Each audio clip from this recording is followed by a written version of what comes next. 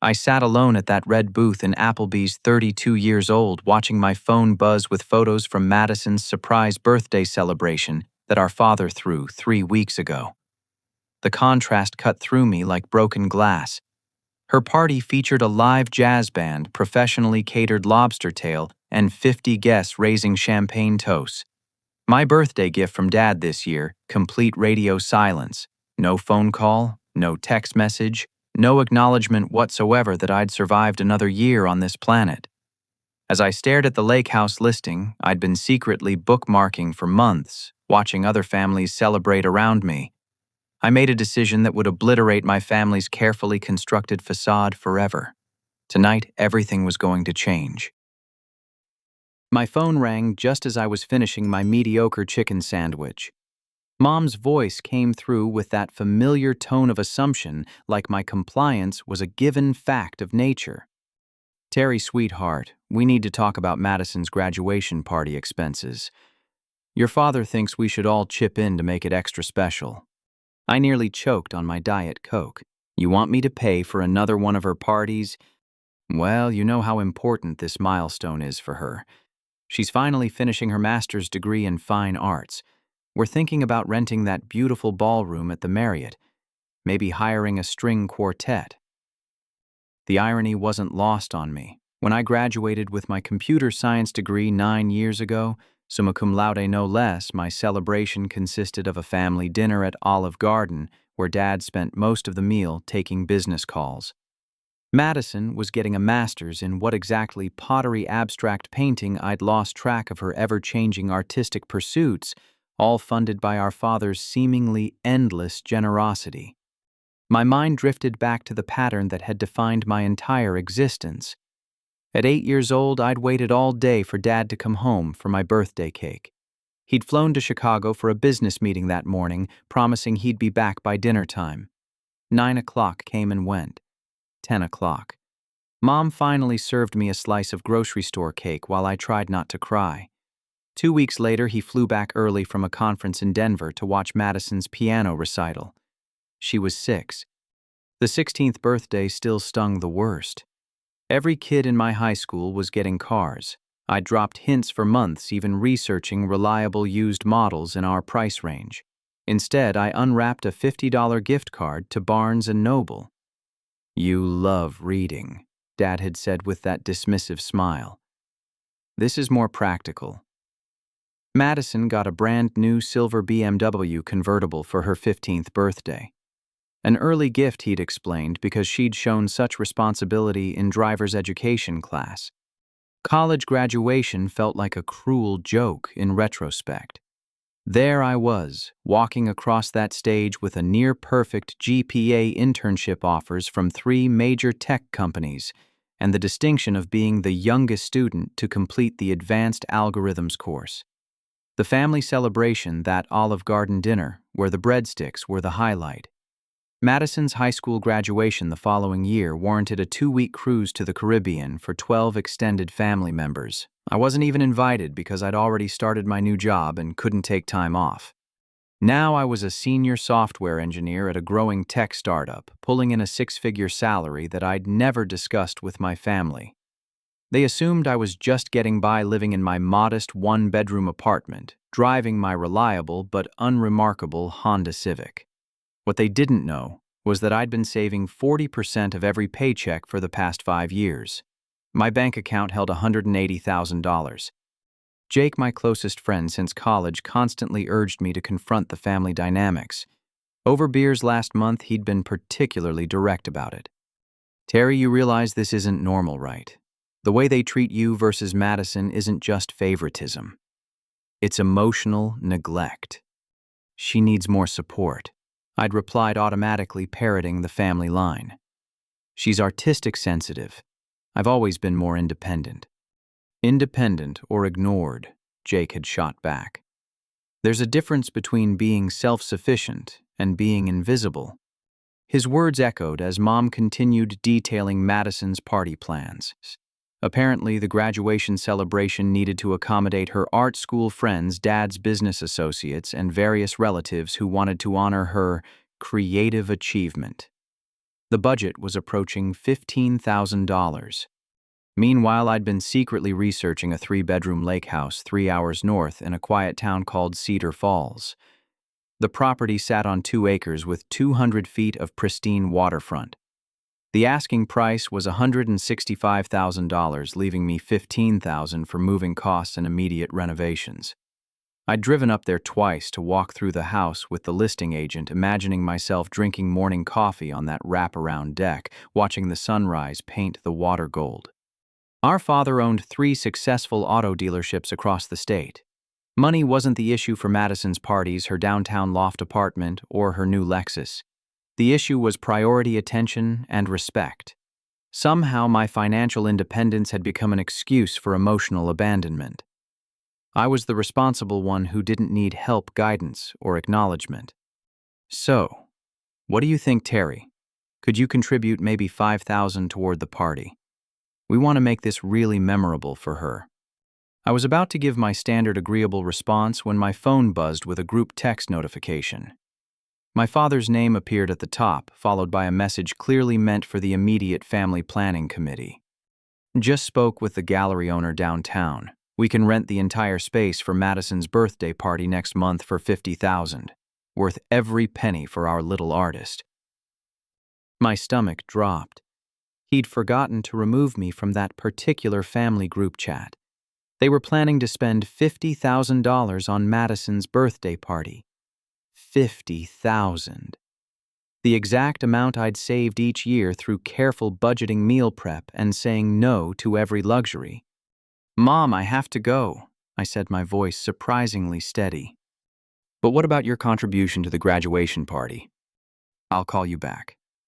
I hung up and stared at that group text message. Our little artist. $50,000 for a birthday party while my birthdays passed unmarked and unmourned. The contrast wasn't just painful anymore, it was clarifying. That night, I called Jenny Martinez, the real estate agent handling the lake house listing. "Jenny, it's Terry Walsh. We spoke about the property on Cedar Lake." "Of course. Have you given more thought to making an offer?" "I'd like to schedule a closing as soon as possible. Full asking price, cash purchase." There was a pause. "That's wonderful, Terry. Are you certain about this decision?" I looked around my sparse apartment, then at my laptop screen showing Madison's latest Instagram post from her art studio paid for entirely by Dad. The caption read, "Blessed to have family who believe in following your dreams." I've never been more certain about anything in my life. 3 days later, Dad called me directly. I was debugging code at my desk when his name appeared on my phone screen, which was unusual enough to make me answer immediately. "Terry, I need a favor." No greeting, no pleasantries. Classic Dad approach. "We're putting together something really special for Madison's art studio expansion, and I want you to be part of it." "What kind of favor?" "Well, as I mentioned in that family text, we're looking at a $50,000 investment for her birthday celebration. It's not just a party, son. We're unveiling her new professional workspace, inviting gallery owners and art collectors. This could launch her entire career." I waited for him to continue, though I already sensed where this conversation was headed. The thing is, I've been covering Madison's living expenses and art supplies, plus I just invested in upgrading the downtown dealership. I could use some family support on this one. Would you be able to contribute maybe $5,000 toward the studio? Family should support family, you know. The audacity hit me like physical force. He was asking me to fund Madison's birthday party while never acknowledging my own birthday existed. "Dad, when was my last birthday party?" "What, Terry? What does that have to do with anything?" "Just answer the question. When did you last throw me a birthday party, or acknowledge my birthday at all?" There was uncomfortable silence before he cleared his throat. "Son, you've always been different from Madison. She's artistic. She needs encouragement and support to build confidence. You're practical, logical. You've always figured things out on your own. So, because I'm self-sufficient, I don't deserve recognition." It's not about deserving anything. It's about need. Madison needs more help to succeed. You've got a stable job, you're financially responsible. I've never worried about you because you've always landed on your feet." His words confirmed everything I'd suspected, but never wanted to admit. My independence hadn't earned me respect, it had made me invisible.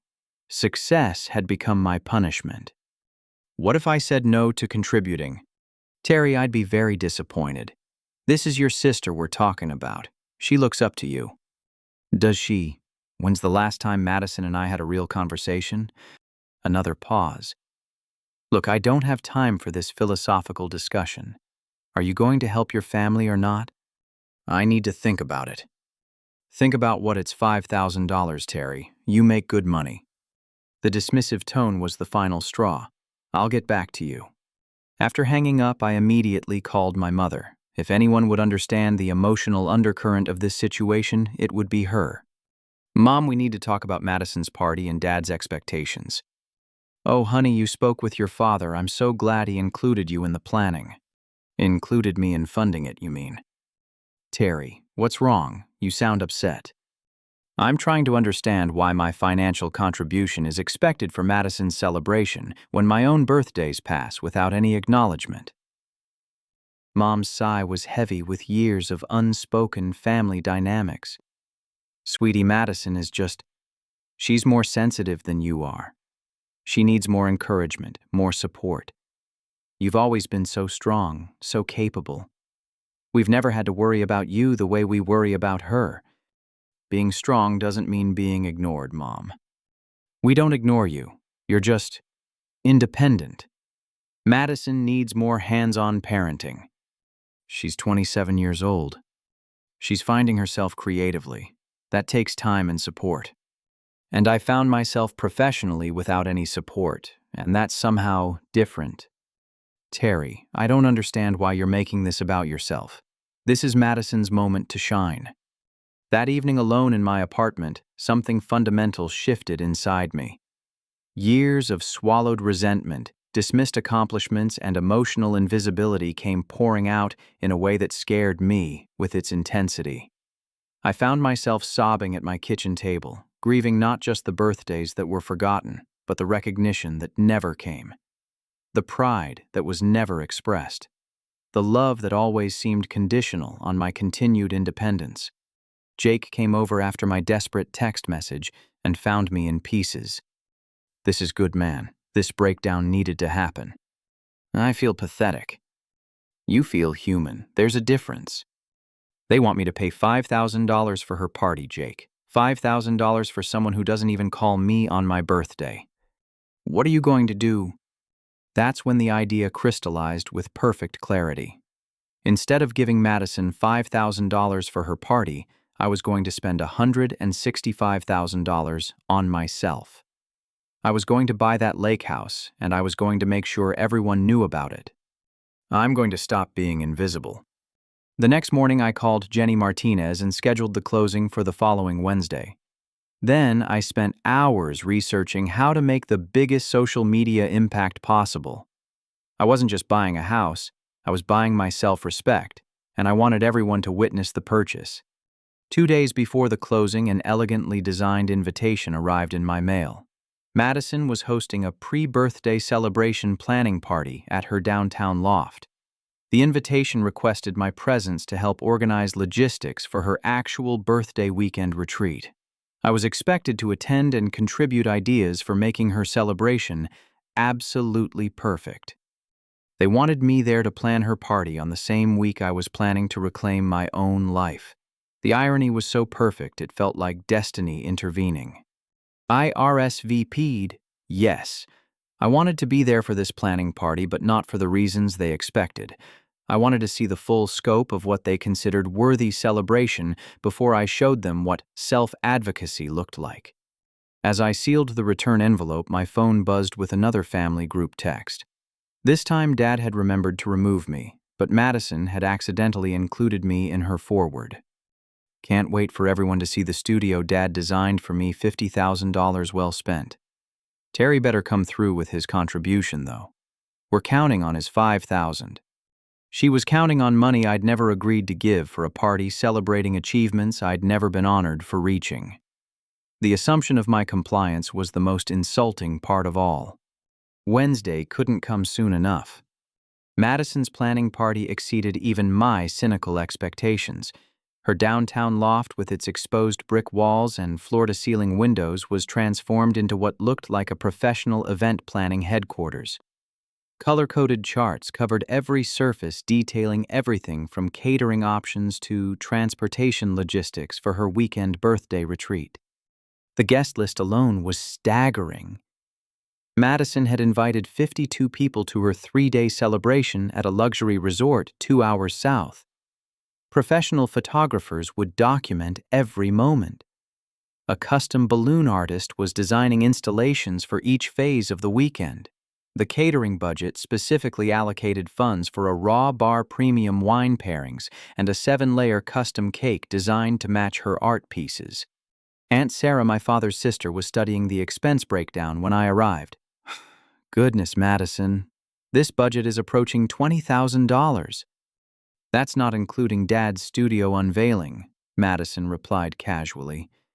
That's a separate $50,000 for the space renovation equipment and launch party. Uncle Tom whistled low. $70,000 total for a birthday. It's not just a birthday, Dad interjected, arriving with coffee and pastries from the expensive bakery downtown. It's launching Madison's professional career.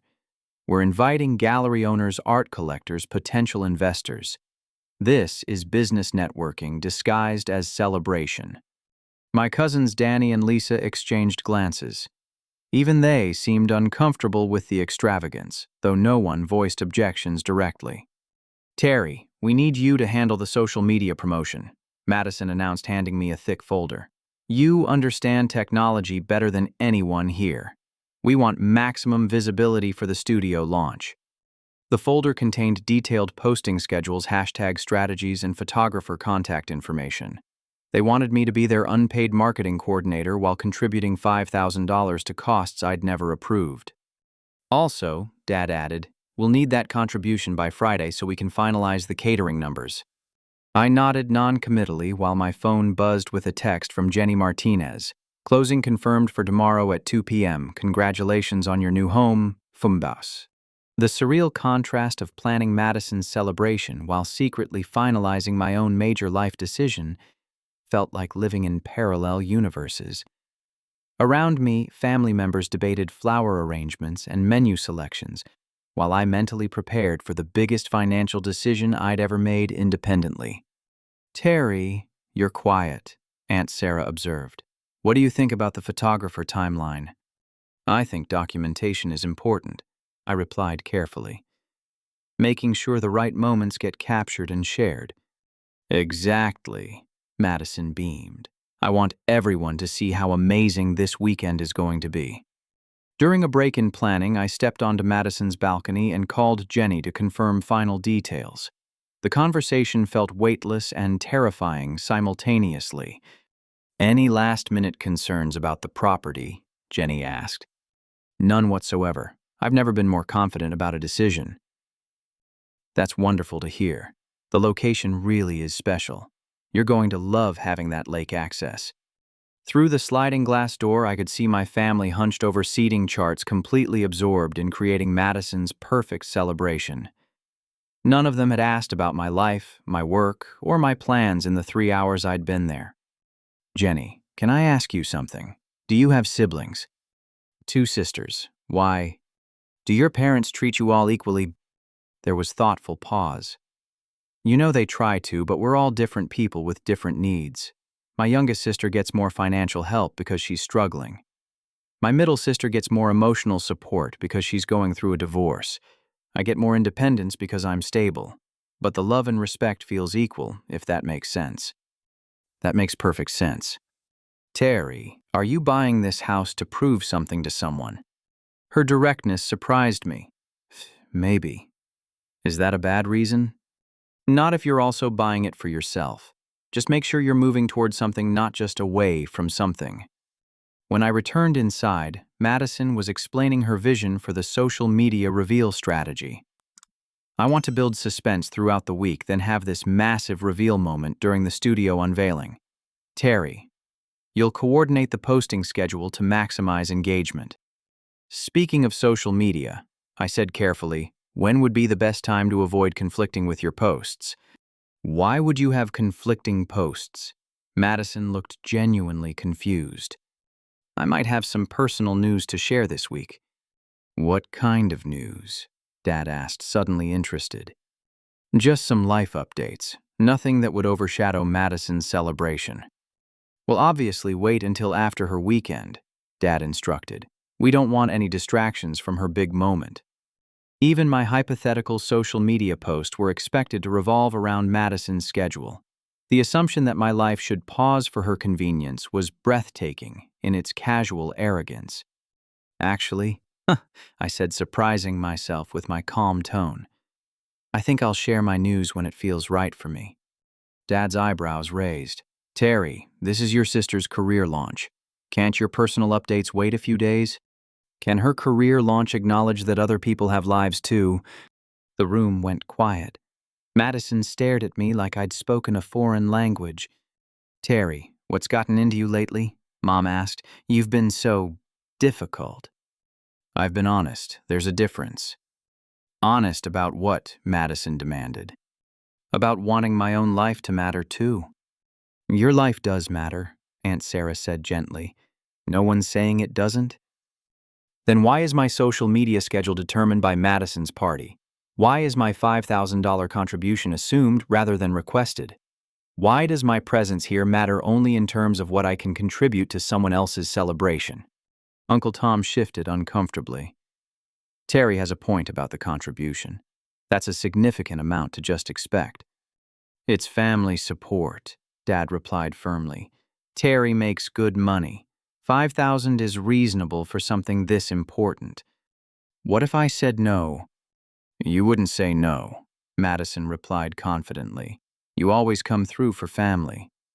What if I said no? I repeated. The question hung in the air like a challenge.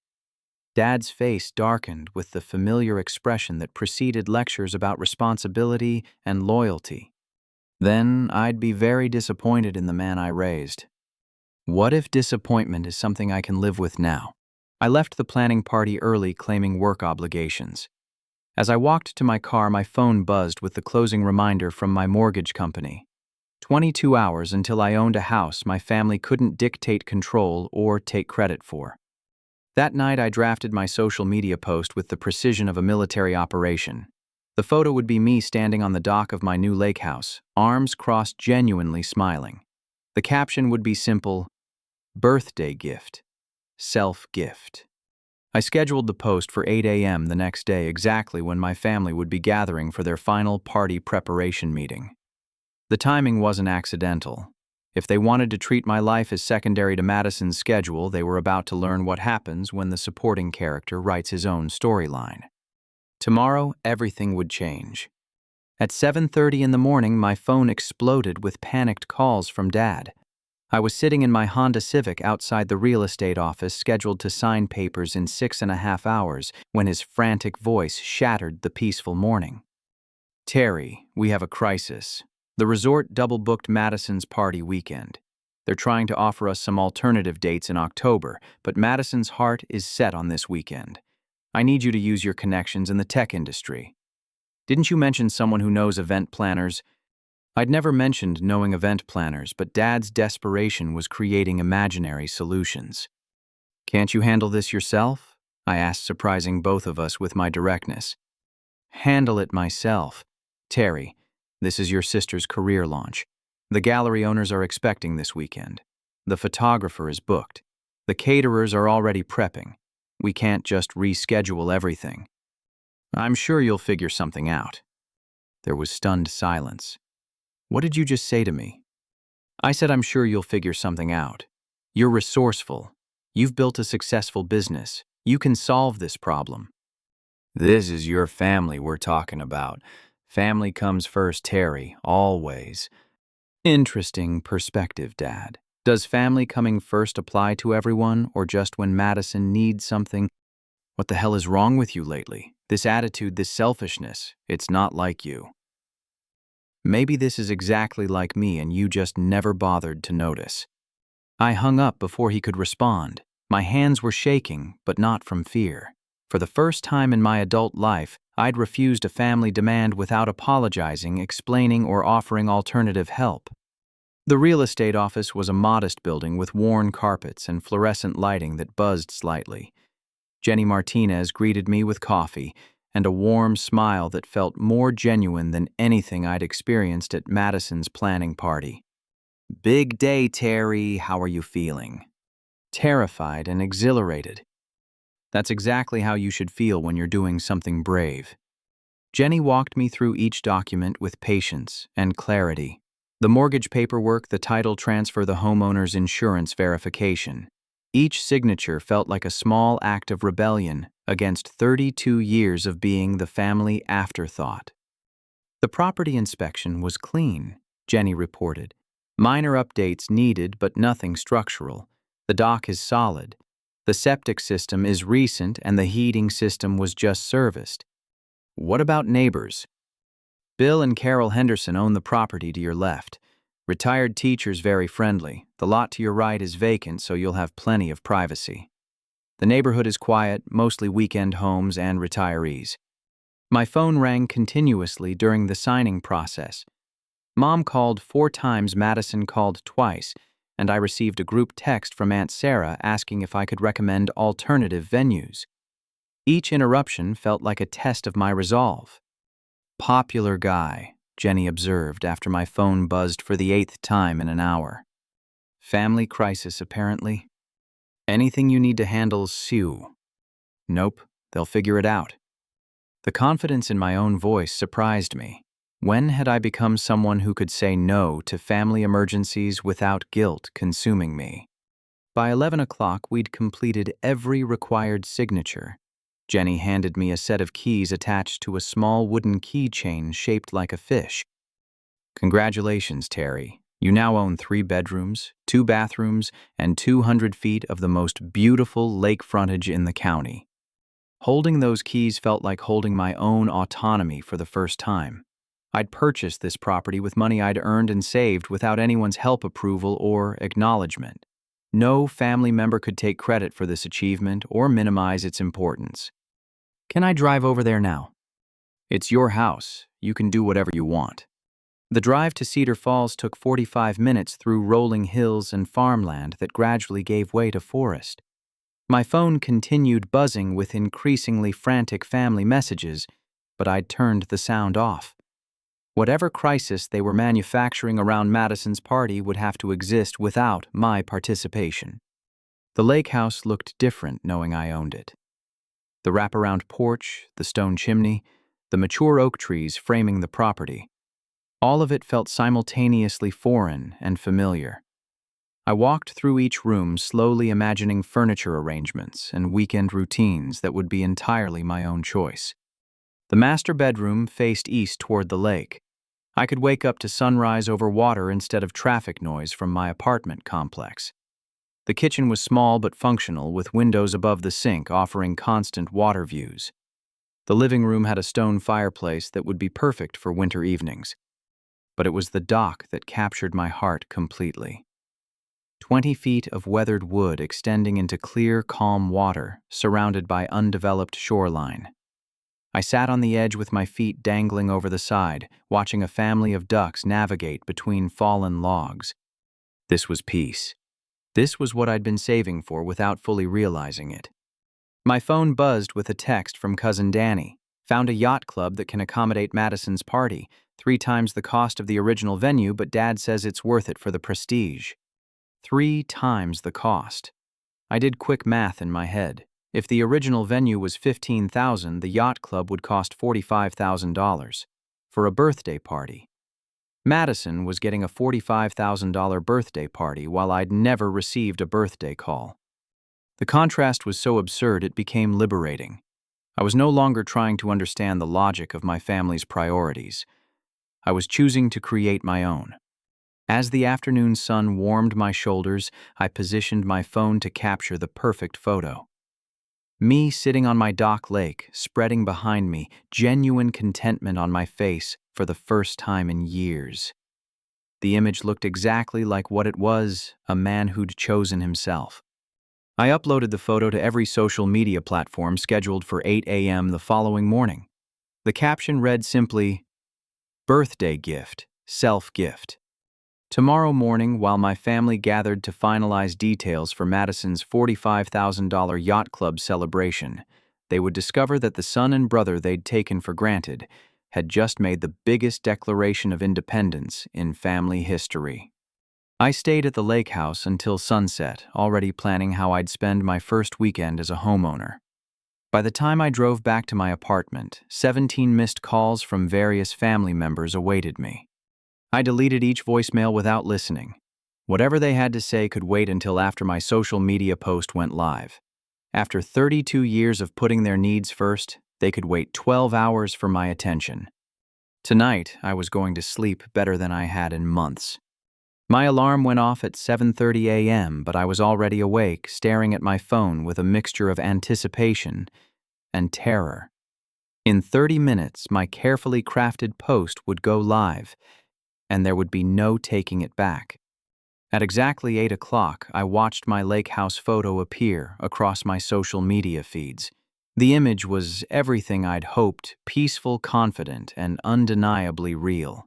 Within minutes, the responses began flooding in. My college roommate, Brad, was first. "Dude, when did you buy a house? This place is incredible." Former coworker, Angela. "Terry, this is gorgeous. Sometimes the best gifts are the ones we give ourselves." High school friend, Marcus. "Man, I always wondered why your family never seemed to appreciate you. This house is proof you don't need their approval." That comment stopped me cold. Marcus had witnessed my family dynamics during teenage years. His observation suggested the favoritism had been visible to outsiders even when I'd convinced myself it was normal. Within 2 hours, the post had 500 likes and 200 comments. Former colleagues, distant relatives, college friends, and even casual acquaintances were celebrating my achievement with enthusiasm my own family had never shown for anything I'd accomplished. Then Jake's comment appeared. "About time you chose yourself, brother. This place suits you perfectly." College professor Dr. Williams. "Proud of you, Terry. Your dedication in my advanced programming class clearly translated to real-world success." Neighbor from my apartment complex. "Congratulations, you deserve this beautiful place." The overwhelming support from my extended network felt like discovering I'd been loved all along by people I'd forgotten existed. Each comment validated not just my house purchase, but my right to prioritize my own happiness. Around 10 a.m., Aunt Sarah broke family ranks with a public comment. "So proud of Terry for creating his own happiness. That house is absolutely beautiful." Her support felt like a dam breaking. Uncle Tom quickly followed. "Congratulations, nephew. Sometimes the boldest moves bring the greatest rewards." Then Madison responded and everything exploded. Her comment appeared in all caps. "Really, Terry, on my birthday weekend, some people are so selfish and attention-seeking." The reaction was immediate and brutal. Hundreds of people who didn't even know Madison began defending me and criticizing her public tantrum. Random commenter Sarah Beth. "Girl, your brother bought a house. That's something to celebrate, not complain about." College friend Kevin. "Madison, this isn't about you. Let your brother have his moment." Former coworker Daniel. "Imagine being upset that your brother achieved a major life goal. Wild." Madison's comment backfired spectacularly, revealing her true character to my entire social network. The self-centeredness that had always existed within family dynamics was now publicly displayed for hundreds of people to judge. My phone started ringing at 10:15. Dad's voice was pure fury. "Take down that post immediately, Terry. You're embarrassing this family. People are calling us terrible parents." I posted a photo of my new house, Dad. "How is that embarrassing?" "You know exactly what you're doing. This is Madison's weekend. You deliberately tried to steal her thunder." I shared good news about my life. If that steals anyone's thunder, maybe their thunder wasn't that impressive to begin with. "Don't get smart with me, young man. I've had 3 people from church ask me why we don't celebrate your achievements. Your post is making us look bad. Maybe you look bad because you don't celebrate my achievements. We've done everything for you. No, Dad, you've done everything for Madison. There's a significant difference. I hung up before he could respond. The confidence flowing through me felt foreign and powerful. Mom called 20 minutes later, her voice thick with tears and manipulation. Terry, honey, how could you hurt us like this? We've always been so proud of you. When have you been proud of me? Always, we express it differently.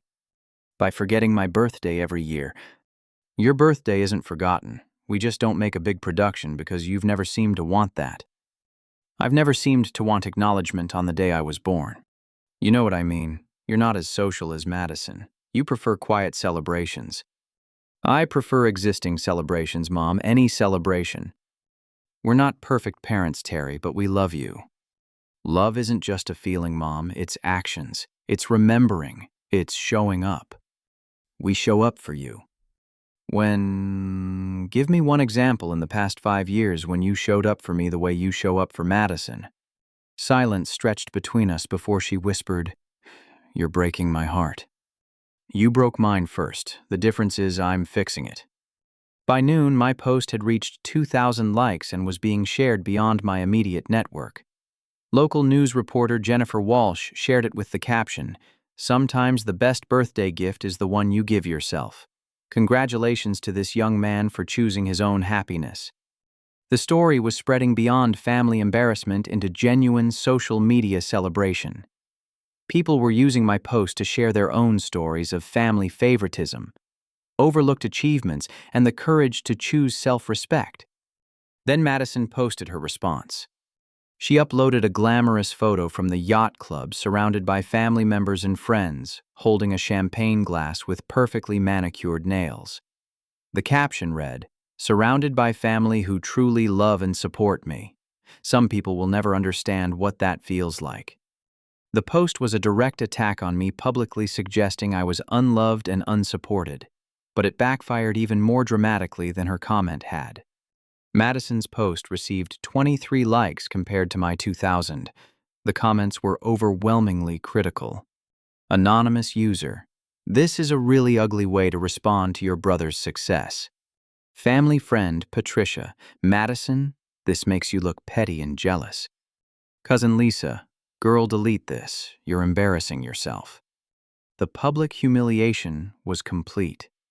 Madison had attempted to shame me publicly and instead revealed herself as entitled, jealous, and cruel. My quiet act of self-advocacy had exposed the family dynamics that others had apparently always seen clearly. Late that afternoon, I received a private message from my high school English teacher, Mrs. Rodriguez. Terry, I remember you as a thoughtful, capable student who always seemed to be in someone else's shadow. I'm proud of you for stepping into your own light. That message broke something open in my chest. A teacher from 15 years ago had noticed my potential and remembered my worth. The recognition I'd craved from family had been available from unexpected sources all along. As evening approached, my phone continued buzzing with support from people I'd forgotten existed. The overwhelming response proved that my worth had never been in question. Only my family's ability to recognize it had been lacking. That night, I drove back to my lake house and sat on the dock under a sky full of stars, reading every single comment and message. For the first time in my life, I felt truly celebrated. Tomorrow I knew would bring the real confrontation, but tonight I was surrounded by more genuine support than I'd ever experienced. The gift I'd given myself wasn't just a house. It was the discovery of my own value reflected in the eyes of people who actually saw me. I woke up on my new dock to the sound of car doors slamming. Through the morning mist, I could see Dad's black Mercedes and Madison's white Lexus parked aggressively in my driveway. They'd driven 3 hours to ambush me at 7 in the morning. Dad marched onto my property like a general, preparing for war with Madison, trailing behind him in designer sunglasses and an outfit that cost more than most people's monthly rent. Mom emerged from the passenger seat looking exhausted and defeated. Terry, this nonsense ends right now. Dad announced, his voice carrying across the water and probably alerting every neighbor within a half-mile radius. You're going to sell this house immediately. Apologize to your sister publicly and contribute $10,000 to Madison's art studio as penance for this embarrassment. I remained seated on my dock, coffee mug in hand, watching them approach like an invasion force. The contrast between their aggressive energy and my peaceful morning routine was almost comical. Good morning to you too, Dad. Coffee's fresh if you want some. Don't you dare act casual with me. Do you have any idea what you've done? Madison's party was ruined because everyone was talking about your attention-seeking social media stunt. Madison stepped forward, her sunglasses pushed up dramatically. Terry, you completely destroyed my weekend. Everyone at the yacht club was asking about your house instead of focusing on my art studio launch. My big moment was totally overshadowed. I posted a photo of my house, Madison. If that overshadowed your $45,000 party, maybe the party wasn't as impressive as you thought. $45,000 is nothing compared to the humiliation you caused this family, Dad snapped. People are questioning our parenting, our values, our priorities. Maybe because your priorities are questionable. How dare you speak to me like that? How dare you show up at my house and demand I sell it to protect your feelings? Mom finally spoke, her voice small and shaky. Terry, please. Can't we work this out as a family? Can we? Because working it out as a family seems to mean I apologize, contribute money, and disappear back into the background while Madison gets celebrated. Madison needed that celebration for her career, Dad insisted. She's building something important. And I've built nothing important. You have a steady job. Madison is pursuing her passion. My passion doesn't matter because it pays well. That's not what I said. That's exactly what you said, Dad. You've always measured our worth differently. Madison gets support because she's artistic and sensitive. I get ignored because I'm practical and independent. We didn't ignore you. We trusted you to handle your own life. Trusting someone and ignoring them aren't the same thing. Madison threw her hands up dramatically. This is ridiculous, Terry. You're 32 years old and you're throwing a tantrum because you didn't get enough attention growing up. Grow up. I did grow up, Madison. That's why I bought my own house instead of asking Daddy to buy me one. Dad didn't buy me my house. Dad pays your rent, your car payment, your art supplies, your gallery fees, and just spent $70,000 on your birthday celebration. How is that different from buying you a house? Because I'm pursuing my dreams, I'm creating art that matters. And I'm creating software that powers medical devices that save lives. But somehow that matters less because it's not creative enough for Dad's approval. Dad's face was turning red. Don't you dare lecture me about approval. I built a business empire from nothing. I understand the value of hard work. Do you understand the value of equal treatment? Equal treatment. Terry, we've invested everything in Madison because she needed more help. You were always going to be fine on your own. Being capable doesn't mean being unworthy of love, Dad. Nobody said you were unworthy of love. When's my birthday? What? When is my birthday? Don't think about it, just answer. Dad's mouth opened and closed without sound. Mom looked stricken. Madison examined her manicured nails. It's April 18th, I continued. I turned 32 last month. None of you acknowledged it. Madison's birthday is June 3rd. You've been planning her celebration since February. We've been busy, Mom whispered. Too busy to send a text message saying happy birthday. You never seemed to care about birthdays. I never seemed to care, or you never bothered to ask what I cared about. The silence stretched uncomfortably across the water. A family of ducks swam by completely unbothered by the human drama unfolding on my dock. This is getting us nowhere, Dad finally said. Here's what's going to happen. You're going to delete that social media post, sell this house, and contribute to fixing the damage you've caused to Madison's reputation. Or what? Or you'll be removed from the family will. No inheritance, no family business involvement, no family gatherings. Is your pride worth losing your family over? The threat hung in the air like a dark cloud. For a moment I felt the old familiar panic of potential abandonment. Then I looked around at my peaceful property, my dock, my house that no one could take away from me, and felt only relief. Dad, you can't lose something you never really had. What does that mean? It means I've never been truly included in this family. I've been the convenient helper, the reliable contributor, the invisible support system. But I've never been celebrated, prioritized, or valued for who I am. Madison's mask finally slipped completely. Fine. You want the truth. You're boring. Terry, your job is boring. Your personality is boring. Your whole life is boring. We pay attention to me because I'm interesting and creative and special. There it is, I said quietly. Thank you for finally being honest. Madison. Mom gasped, but the damage was done. What it's true. Terry gets good grades, gets a good job, saves money, follows all the rules. Where's the excitement in that? Where's the drama, the passion, the artistic vision?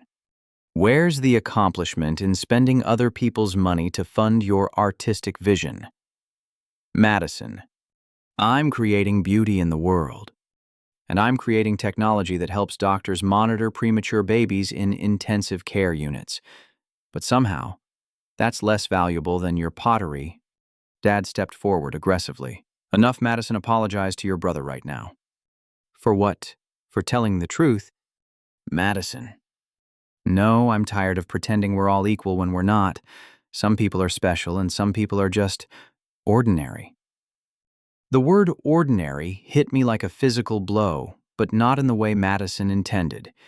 Instead of feeling diminished, I felt liberated. If being ordinary meant being self-sufficient, financially responsible, professionally successful, and genuinely kind to others, then ordinary was an honor. You're right, Madison. I am ordinary. I'm ordinarily successful. I'm ordinarily independent. I'm ordinarily decent to people. And now I'm ordinarily happy in my ordinary house by my ordinary lake. That's not what I meant. She backtracked, finally realizing how cruel she'd sounded. That's exactly what you meant. And it's fine. I'd rather be ordinary and authentic than special and dependent. Mom started crying. Terry, please don't let pride destroy our family. I'm not destroying anything, Mom. I'm just refusing to rebuild it on the same broken foundation. A voice called from the neighboring property. Everything all right over there? I turned to see a man in his 60s approaching through the trees. He had kind eyes and the weathered hands of someone who'd spent years working outdoors. Sorry for the noise, I called back. Family meeting got a little heated. Bill Henderson. He introduced himself, walking over with easy confidence. My wife Carol and I live next door. You must be the new owner. Terry Walsh, nice to meet you. Bill looked at my family's aggressive posture and my calm demeanor with the assessing gaze of someone who'd dealt with difficult people for decades. Retired teacher, he explained to my father. 40 years of classroom management. I can spot family dysfunction from 100 yards away. Dad bristled. This is a private family matter. Public property line, Bill replied cheerfully. Plus your voices are carrying across half the lake. Terry, you need any support here. The offer of protection from a virtual stranger while my own family threatened me was both heartbreaking and healing. I'm fine, Bill. Thank you for checking. Carol and I are home if you need anything. We've got coffee and common sense available anytime. After Bill returned to his property, Dad made one final attempt at control. Terry, I'm giving you one last chance. Sell this house, apologize to Madison, contribute to her studio, and we'll forget this whole thing happened. And if I refuse, then you're no longer our son. The words should have devastated me. Instead, they felt like the final key turning in a lock I'd been trying to open for 32 years. Dad, I stopped being your son the day you decided Madison was more valuable than me. I'm just finally accepting that reality. You're making a mistake you'll regret for the rest of your life. The only mistake I regret is waiting this long to choose myself. They left without another word, speeding down my driveway like they were fleeing a crime scene. I sat on my dock for another hour, processing the end of relationships that had been broken long before this morning's confrontation. When I finally went inside, I found a note tucked under my coffee mug. Bill must have left it while I was arguing with my family. Terry, welcome to the neighborhood. Carol makes excellent blueberry pancakes if you're interested in better company tomorrow morning. Some families are worth fighting for. Others are worth fighting against. Sounds like you chose wisely. Bill and Carol. For the first time since my family arrived, I smiled. I'd lost the family I was born into, but I was beginning to discover the family I could choose for myself. That afternoon, I posted a simple update to social media. Sometimes the most loving thing you can do for toxic people is refuse to enable their toxicity. Grateful for everyone who supported my decision to choose happiness. The response was immediate and overwhelming. Hundreds of people shared their own stories of choosing self-respect over family dysfunction. I'd inadvertently started a movement of people refusing to accept mistreatment in the name of family loyalty. My phone rang one more time that evening. It was Cousin Danny. Terry, I've been wanting to call all week. What you did was brave as hell, man. Uncle Mike and Aunt Madison have been treating you like crap for years. Everyone in the family has noticed, but nobody wanted to cause drama. Why didn't anyone say anything? Because confronting them meant risking our own relationships with them. You showed us what courage looks like. It doesn't feel like courage. It feels like survival. Sometimes they're the same thing. That night I slept in my own house, in my own bed, surrounded by my own choices for the first time in my adult life. The silence wasn't lonely. It was peaceful. I was finally home. 6 months later, I was debugging code on my laptop while sitting on my deck when my phone rang with Madison's name on the screen. I'd learned to approach unexpected family contact with caution, but her voice sounded different, smaller somehow. Terry, can we talk? Not about money or favors or anything like that. I need someone to listen to me. I'm listening. I'm in therapy now. Dr. Williams has been helping me understand some things about our family and about myself. Her voice cracked slightly. Terry, I owe you an enormous apology. Go on. I've been thinking about what I said at your lake house, calling you ordinary, saying you were boring. That was cruel and untrue, and I've been carrying the shame of those words for months. What changed your mind? Dad and I had a huge fight 3 weeks ago. He wanted me to ask you for help with some business problem, and when I refused, he exploded. He called me ungrateful, entitled, spoiled. All the things I'd never heard from him before. I waited for her to continue, sensing there was more. For the first time in my life, I experienced what you experienced every day growing up. The criticism, the dismissal, the conditional love. It lasted 20 minutes, and I was devastated. You lived with that for 32 years. Madison? No, let me finish.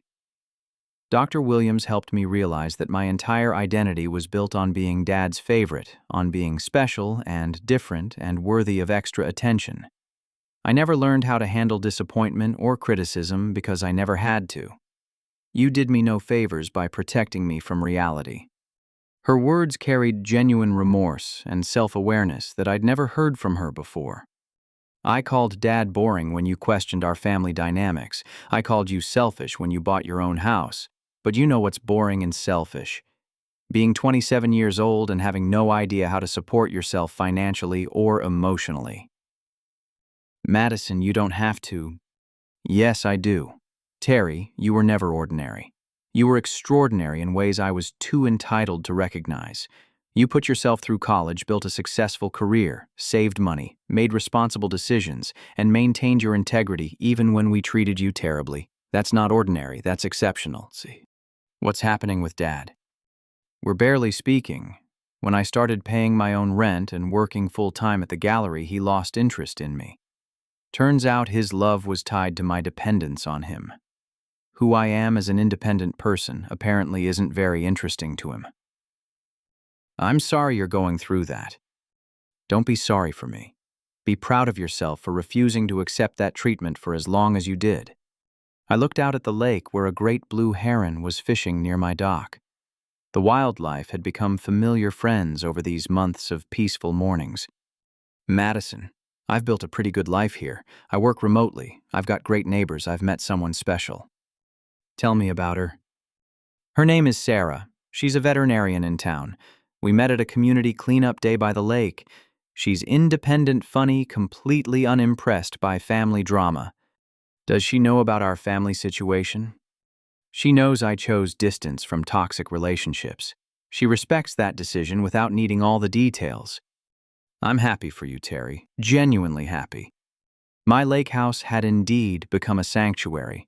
The business I'd started from my living room providing software consulting to medical device companies now employed 5 remote workers and was thriving beyond my wildest projections.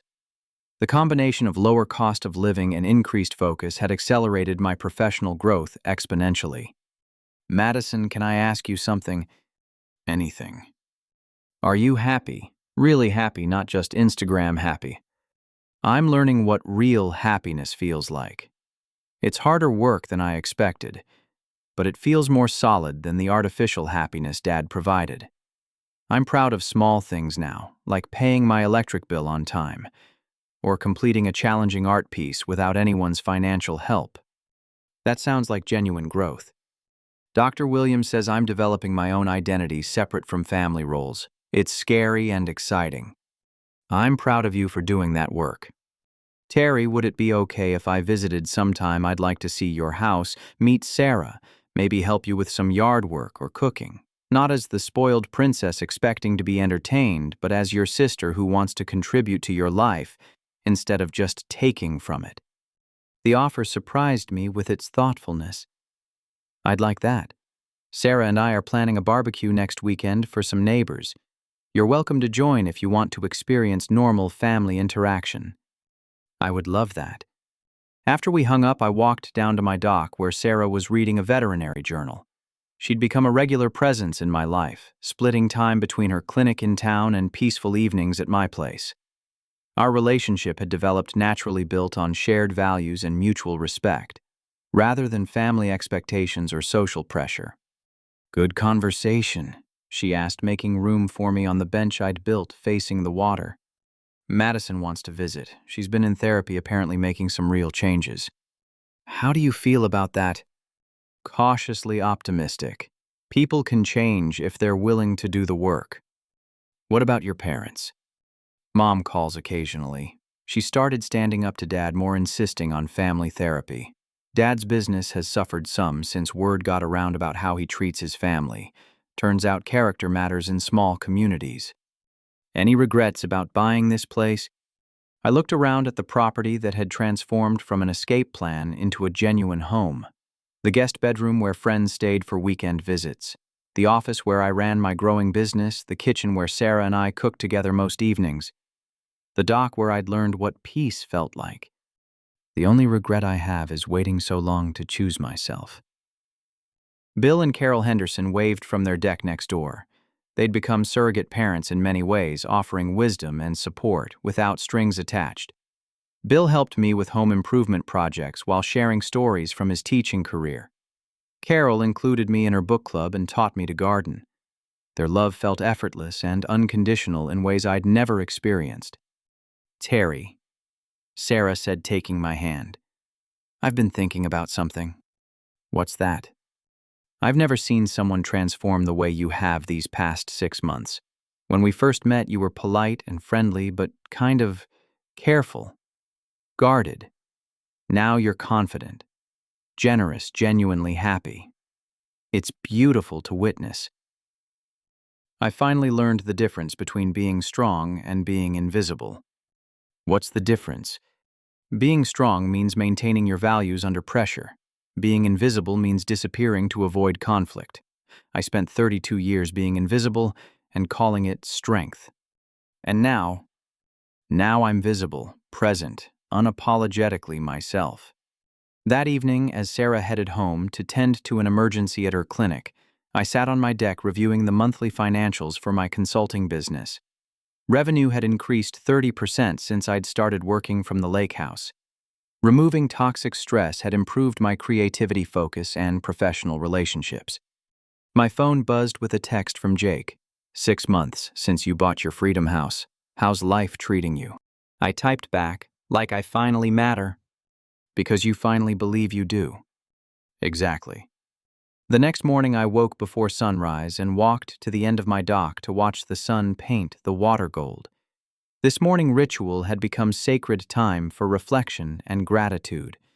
I thought about the scared, invisible man who'd sat in that Applebee's booth 6 months ago, scrolling through photos of his sister's lavish birthday celebration while nursing his own forgotten birthday alone. That man had believed his worth was determined by other people's attention. He'd confused love with accommodation and respect with compliance. He'd spent decades trying to earn something that was supposed to be freely given. The man standing on this dock understood that self-respect isn't selfish. Setting boundaries isn't cruel. Sometimes the most loving thing you can do for toxic people is refuse to enable their toxicity, forcing them to confront their own behavior.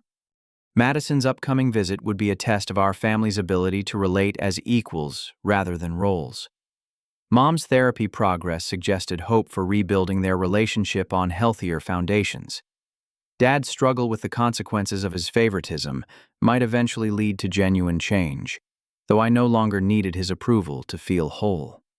I'd learned that family isn't just about blood relations. Bill and Carol Sarah.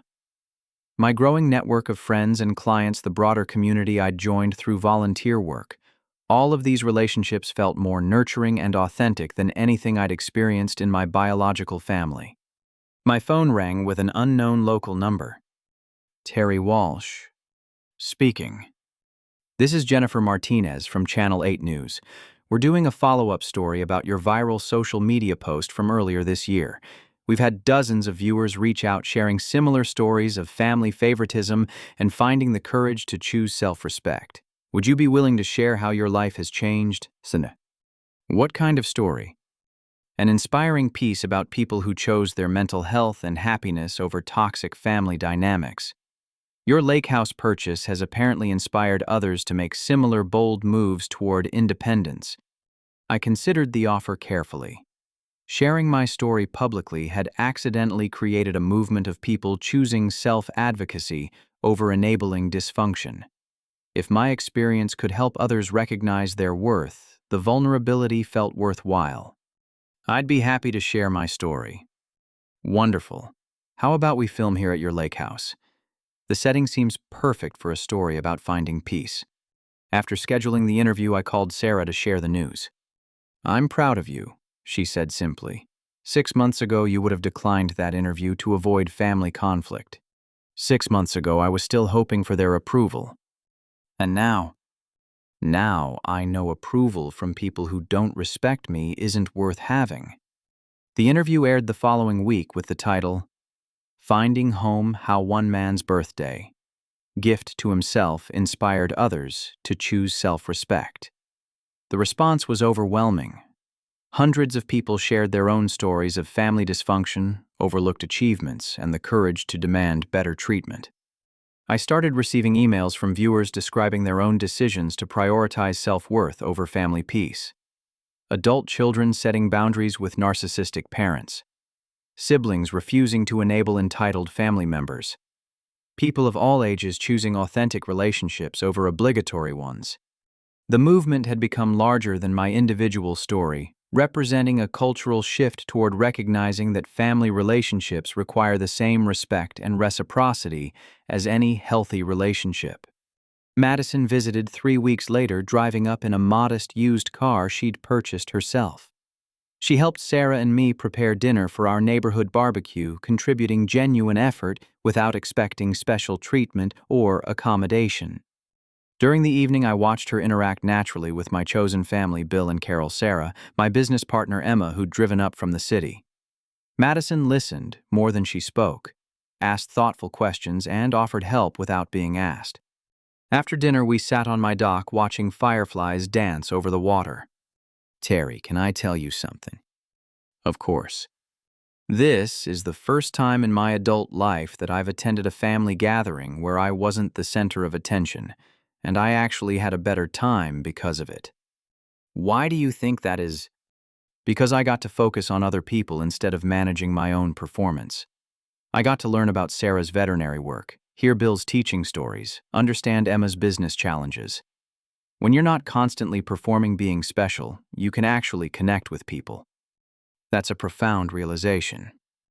Dr. Williams helped me understand that my need to be special was actually preventing me from being real. Real relationships require vulnerability, reciprocity, genuine interest in others. Special relationships just require admiration and accommodation. Which kind of relationship do you want with me? Real, definitely real. We sat in comfortable silence listening to the water lap against my dock. Madison had traveled 3 hours not to ask for anything, but to contribute to my happiness. The transformation felt genuine and sustainable. Madison, I want you to know something. I never wanted to hurt you or Dad or Mom. I just wanted to matter. You've always mattered, Terry. We just couldn't see past our own dysfunction to recognize your worth. And now I'm learning to see clearly for the first time. As Madison prepared to drive home the next morning, she hugged me with genuine warmth. Thank you for showing me what healthy boundaries look like. Thank you for choosing yourself even when it was hard. And thank you for giving me the chance to become a better sister. Thank you for doing the work to become someone worth having a relationship with. Dr. Williams wants to know if you'd be willing to do a family session with Mom and me sometime. Dad's not ready, but Mom is working on her own issues in therapy. I'd consider it. Let me think about it. After Madison left, Sarah and I cleaned up from the barbecue while discussing the weekend. She seems like a completely different person, Sarah observed. Trauma and therapy can be transformative if someone's truly committed to change. Do you think you'll rebuild the relationship with her? I think we're building a new relationship. The old one was based on roles and dysfunction. This one might be based on mutual respect and genuine care. What about your parents?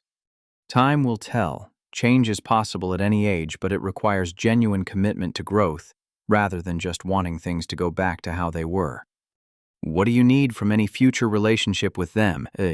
Acknowledgement of the harm caused, genuine effort to change their behavior patterns, equal treatment going forward, and acceptance that I'm an adult who makes my own decisions about my life. Those seem like reasonable requirements. They're the minimum requirements for any healthy relationship. That afternoon, I received an email from Dad, the first direct communication in months. Terry, your mother insists that I reach out to you. I've been thinking about our last conversation and some of the things you said. I may have made some mistakes in how I treated you compared to Madison. I'd like to discuss this like adults, if you're willing. I'm not good at apologies, but I'm willing to learn if you're willing to teach me. The email was imperfect, still somewhat defensive, but it represented more self-reflection than I'd ever seen from him. Progress isn't always linear or pretty, but it was movement in the right direction. I forwarded the email to Sarah for her thoughts. She texted back, "Not ready yet, but potentially hopeful. Keep your boundaries strong." I replied to Dad, "I appreciate you reaching out. I'm willing to have a conversation about rebuilding our relationship, but it needs to be with a family therapist present and with your commitment to genuine behavior change. Let me know if those conditions work for you." His response came an hour later. "I'll discuss it with your mother. Thank you for not slamming the door completely. Thank you for finally knocking on it respectfully." That evening, as I worked on my laptop while Sarah read beside me, my phone buzzed with a notification. Someone had shared my lake house post again, adding their own caption. Sometimes the greatest gift you can give yourself is permission to matter. Thank you for showing us what courage looks like. 6 months after buying my lake house, I'd accidentally become an advocate for self-respect and healthy boundaries. The scared, invisible man who'd sat in that restaurant booth on his forgotten birthday had transformed into someone confident enough to share his story publicly and inspire others to choose their own worth. The lake house represented more than property or independence. It symbolized the moment I'd decided my own happiness mattered enough to fight for. Every sunrise I watched from my dock, every friend who visited, every peaceful evening with Sarah, every successful client project I completed, all of it was built on that foundational decision to choose myself. I'd learned that self-respect isn't selfish. It's essential. That setting boundaries isn't cruel, it's healthy. That sometimes the most loving thing you can do for people is refuse to enable their worst behaviors, giving them the opportunity to grow into better versions of themselves. The birthday gift I'd given myself wasn't just a house. It was permission to matter, to be seen, to demand the respect I'd always deserved but never fought for.